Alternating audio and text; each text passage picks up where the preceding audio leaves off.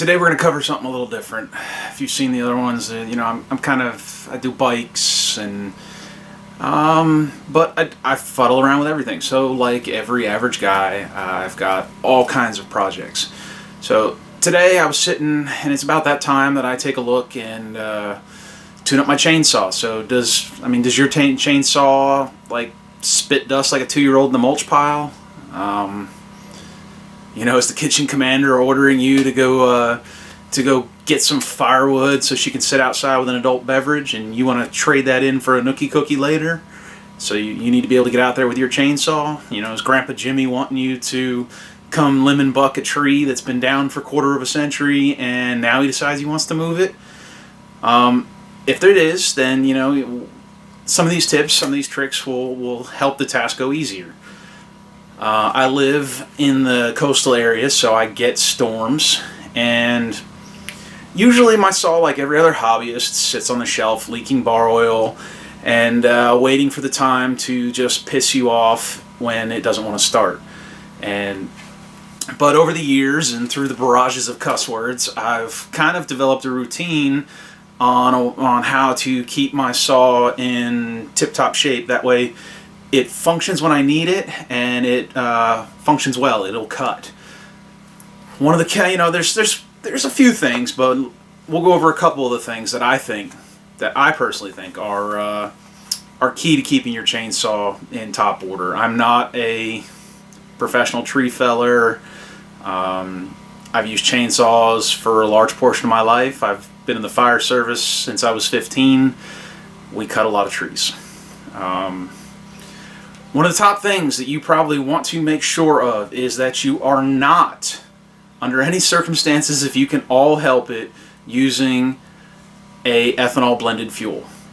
Pay the extra 40 cents, drive the extra 3 miles to the gas station that has it. If you're not buying premix, go get straight gas. Nothing worse for a carburetor than to sit up with ethanol fuel in it. And if you've ever taken one of these carbs apart and you've seen the gelatinous mess in the bottom of the float bowl, just how gummed up that ethanol can make your carburetor, you'll never want to use ethanol blended fuel again. 2, if you're cutting and your chain starts to dull and you start seeing it spit more dust and chips, stop. Turn the saw off, go to the bed of the truck, find the nearest log, sit down, and put a file to it. Just a couple strokes. All you got to do. Mark a spot on your chain, roll it around, couple strokes with the file, get your chain sharp again. A dull chain can be dangerous. If it binds up, if it twists, grabs in a weird way, and it doesn't cut it, it grabs it. I like my appendages. I still manage to have all 10 fingers and toes. I'd like to keep it that way. Don't cut with a dull chain. Got a couple others. Let's see. I had to make myself notes to make sure I give you guys all the good stuff. Use a quality synthetic 2-stroke oil. If you're going to mix your own gas, they've got 2-stroke oil that you can buy that, 1 is synthetic blend, but 2, it comes in a little squeezy bottle, and it fills up the exact amount you need for 1 gallon of fuel. You squeeze it, goes to a line, pour it into 1 gallon of fuel, shake it around, you're good to go. Never run your saw without bar oil. Don't do it. Motor oil is not an acceptable substitute. You must use bar oil. If you've ever poured bar oil in the chainsaw, it looks like molasses on a cold day. It is thick. It's made that way so it doesn't run out of your saw, so it helps lubricate the bar. Where your chain is going around, several thousands and thousands of RPMs per minute, you want that thick bar oil there. And if you don't have it, you'll get heat, you'll get friction, and you'll fry your bar. You'll burn your chain up, you'll ruin the nose wheel. Just don't run it without bar oil. If you run out of bar oil, stop. Don't run to the back of Mammy's old 1962 Lincoln and grab the 20-weight 50 you put in there to keep it from smoking and pour it in your chainsaw. Don't do it. Go buy some bar oil. It's what you need. Avoid contacting the dirt or any other non-wooden object. If you're cutting low and you're about to break through the log or you're about to break through the limb, watch how deep you go. Because if you bury that chain into the dirt, you're going to suck it up into the nose wheel, you're going to drag it all the way down your bar, you're going to pull it into the clutch mechanism, you're going to pack it underneath the covers, and then you're going to make it so that it doesn't oil well, it doesn't run well, and potentially the clutch might slip on you. So you'll go ahead and go to break it, and the chain may or may not break. You've got slippy, gooey, nasty mud under there. Sparks, you know, it'll dull your chain out. You hit anything metal, potential to chip or break your chain. Watch where you're cutting and how you're cutting. You know, keep it out of the dirt. When you tighten your chain, a chain does not have to be super tight. You need to have slack in the chain. You need to be able to pick the chain up and pull it out of the bar. I'll show you a properly tensioned chain in a little bit. But you don't sit there with your screwdriver and twist and twist and twist until that bar is extended out so far that you can't move that chain at all. One, it's going to be hard to rotate around the nose cone. Two, it's going to make your saw work harder than it has to. Three, it's going to put on more friction. Four, it may not work at all. Your saw might not have enough gusto to actually spin it around the bar. You do need to properly tension your chain. It doesn't need to be too loose. You'll spit the chain off. And anybody that's had to keep continuously putting a chain back on will tell you, spitting a chain sucks. So you need to have it properly tensioned, but it does need slack. A properly tensioned chain has slack. Now, if you follow, those steps, you're going to help give your saw a longer life. Those steps, along with just a minuscule maintenance kit that's real cheap for the specialty tools, and probably some hand tools you already have laying around the house, with a few little maintenance items, will allow your saw, one, to be ready to go when you need it, two, it'll be sharp when you need it, and three, it'll probably last long enough that you could pass it on to your grandkids. So I've been looking around, and when Hurricane Matthew, Hurricane something or other, I've had a whole bunch of scattered tools all over the place. I've had files, and I've had guides, and I've had all this other stuff for my chainsaw. I wanted something in a kit form that I could roll up, set next to the saw, and if and when I needed to use my chainsaw, it was all right there. The last hurricane season last year, we had a huge oak tree drop in front of my house, blocked the roadway. It was probably 4 foot in diameter, massive tree.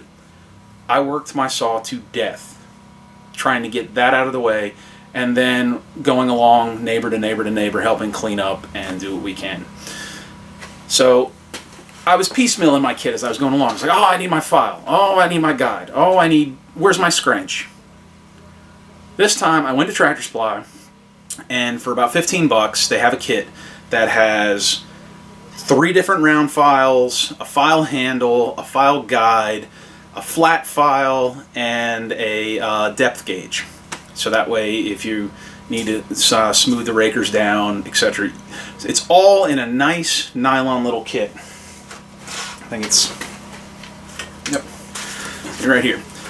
It's in a nylon little kit for an extra $4. If you happen to have lost your original one, get yourself a scrunch. Gives you the screwdriver for tightening up your bar. It gives you the proper size wrench for tightening the cover, right where that goes over top the bar and holds the tension. And then it gives you another wrench that fits the spark plug. So 3 tools in one. I attach it with this into this little nylon kit. $20, you've got the majority of the tools you're going to need to work on your chainsaw. Now, inside the kit, nice little pockets. There's your file handle, there's your depth gauge, there's a flat file, several different round files, and your angle gauge. Everything you need, one spot, ready to go. Put it next to the saw. When you take the saw, take the kit. No rummaging around in the toolbox, no diving into the back of the truck. It's all right there, one spot, good to go. Now, depending on the type of chain you have, you need to pick the appropriate sized file that actually fits your chain. On your chain's packaging or your original equipment manufacturer, it'll tell you the size file. I think for this one it's a 7/32. This is the guide that comes in the kit. You can see there's degree markings. Now, how these degree markings work is when you file, you line them up so that they're parallel with the bar. That will put the chain guide or the sharpening guide at the proper angle. You file perpendicular to the floor and parallel to the bar. We'll show you how to do that in a minute. Now, all it does is it attaches a couple thumb screws, slide the file in, and you're good to go.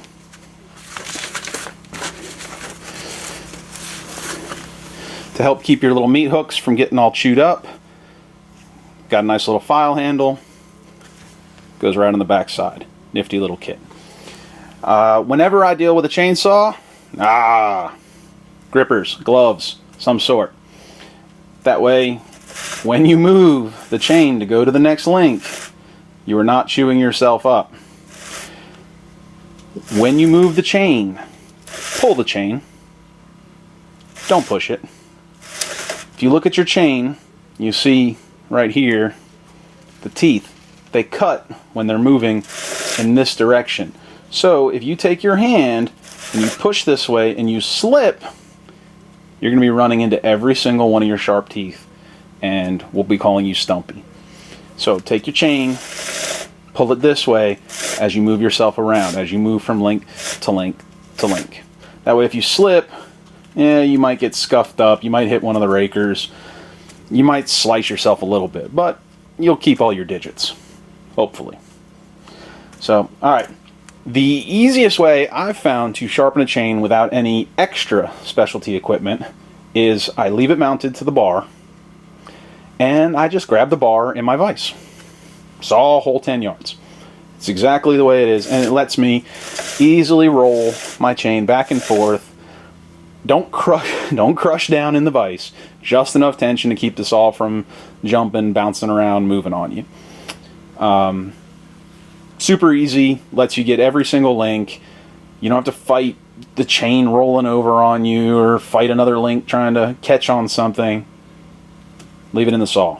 Mount the saw. Alright, this saw has already been sharpened, but we'll go over a couple teeth so you can see how it's done. Usually what I'll do is I'll take a Sharpie or something and I'll color in the tooth I start with. So when I move it around and I see that tooth come back, I know I've hit every single tooth. And I always do one side, everything on that side, and then I switch. Because when you're doing one side, it's going to come this way. And then when you have to switch to the teeth on the other side, you're going to have to come this way.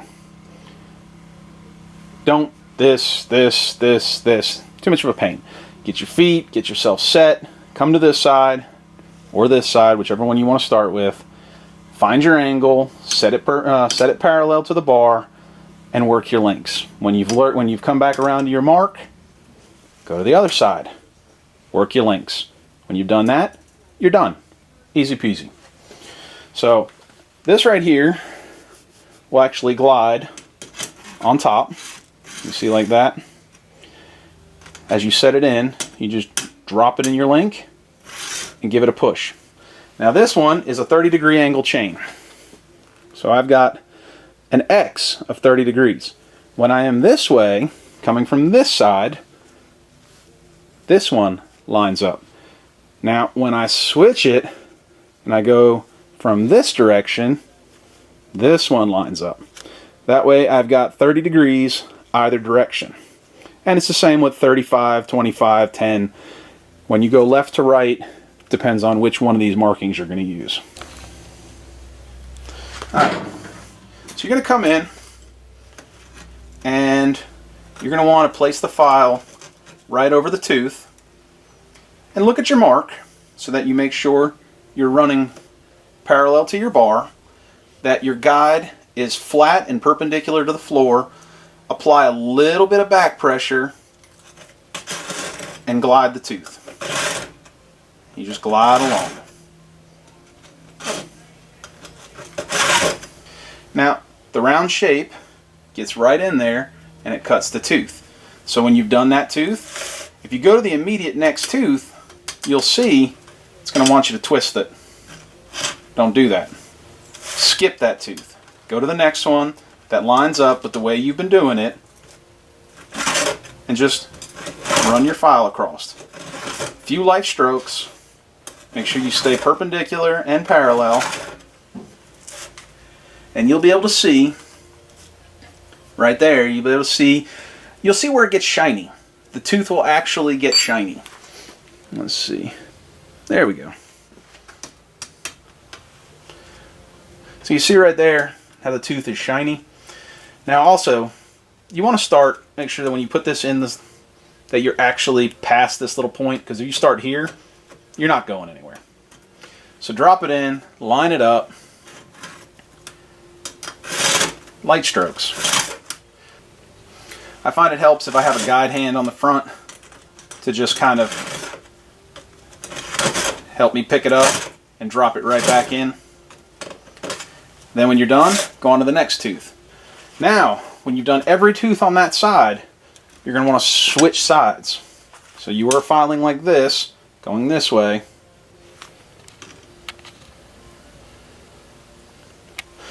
We're filing from your right to your left. Now you're going to file from your left to your right. And you're going to get all those teeth. So you come in, it's the exact same way. Perpendicular, parallel. And you just slide it across. Drop it in, slide it back. And you'll hear it, it'll just kind of feel, you'll feel it when you get it right.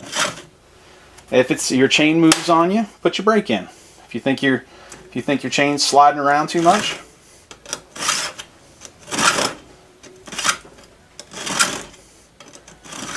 doesn't take a lot of pressure, just a little bit. Make sure you hold your angle. And your file only cuts one way. It only cuts going forward. You don't need to seesaw. Forward, pick it up. Pick it up. Pick it up. Just like that. Easy peasy. You go around every single link. Done. That step, easy. You look next in the kit. You got this funky little depth gauge thing. And what this does is you're able to put it over it, and by setting this in the particular teeth, it shows these rakers. And if you filed the teeth down enough that these rakers are sticking up, see when you come in here, you set that on a tooth on the angle. Now if we filed these down enough that our rakers are actually above the gauge, we can take the flat file and come across it. And we move to the next tooth, check our raker, and we can get our rakers down so that they're parallel with the teeth, or even with the teeth, not parallel. And you can do that on each one of the rakers. The rakers don't need to be hit all that often, they just check them. So that's what this little gizmo is. It's got some markings on the side. You just need to make sure you match the one that's right for your chain. Yeah, right there, 35, 25 millimeter degrees, all that jazz. It's all right there. But that's how you use this. You put it on, line it up, check your raker, file your raker down. Now earlier I said I'd show you, slack. See that? I can pick the chain up almost out of the bar. Twist a little bit. Plenty. Now, if I were to take this, see it spins nice and easy. Nice and easy. Plenty of slack. You get it too tight, it won't pull. You'll have to put way too much effort into pulling this chain around by hand. If you have the proper slack in and you're still having a hard time pulling it around, one, make sure your brake is off.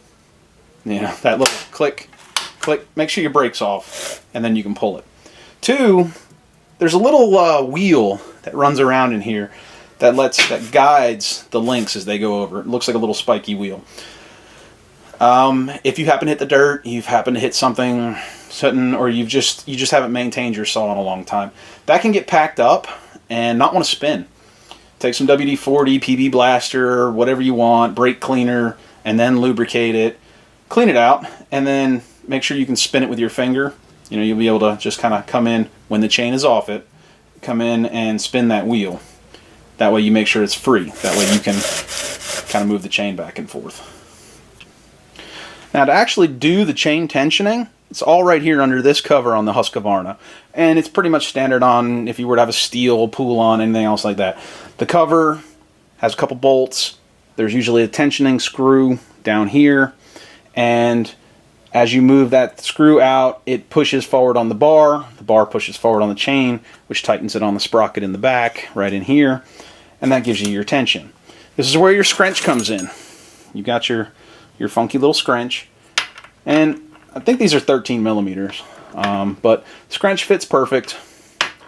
What you want to do is you want to tighten these enough so it holds the cover on, but not so much that it doesn't allow the bar to move. Then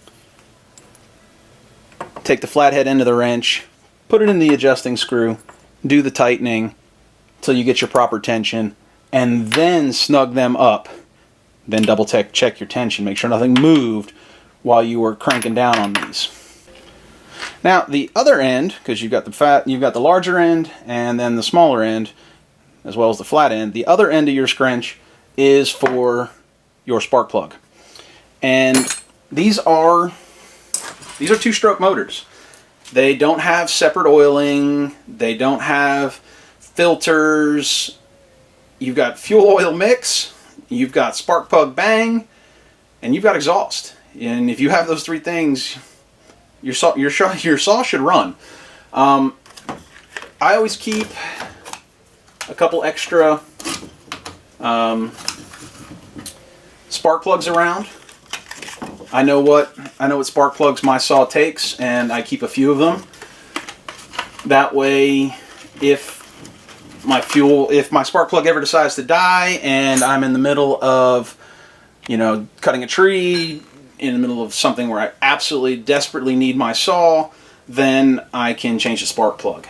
I also keep a few other maintenance items on hand. We'll take a look.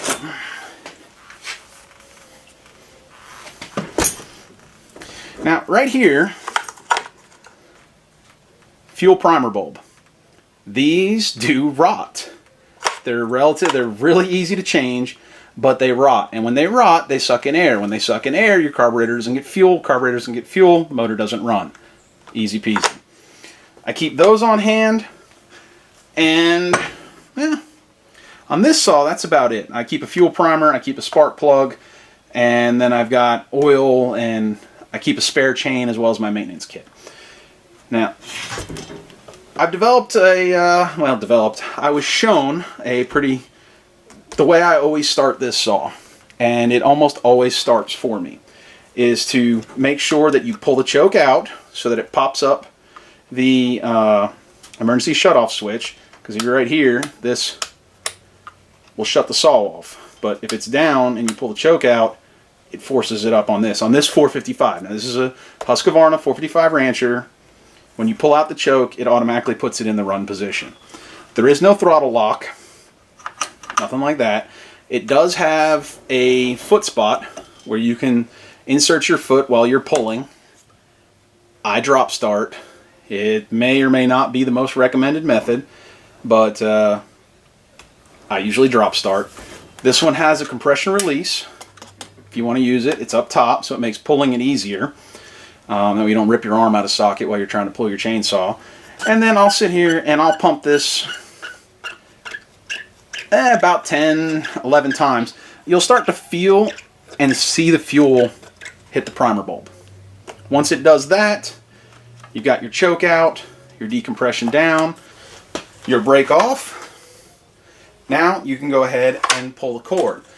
What I'm going to do is I'm going to pull this till the noise changes. You're going to hear it kind of, I don't necessarily pop, but it'll be pull, pull, tuh. It'll make a noise. We'll see if we can hear it.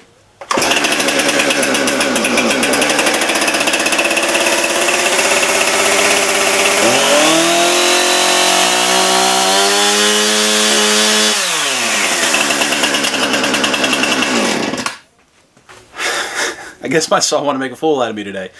Usually it's about 2-3 pulls, and it'll be a real easy pull. You'll hear an audible noise. I'll push the choke in. 2 more pulls, it'll fire right up.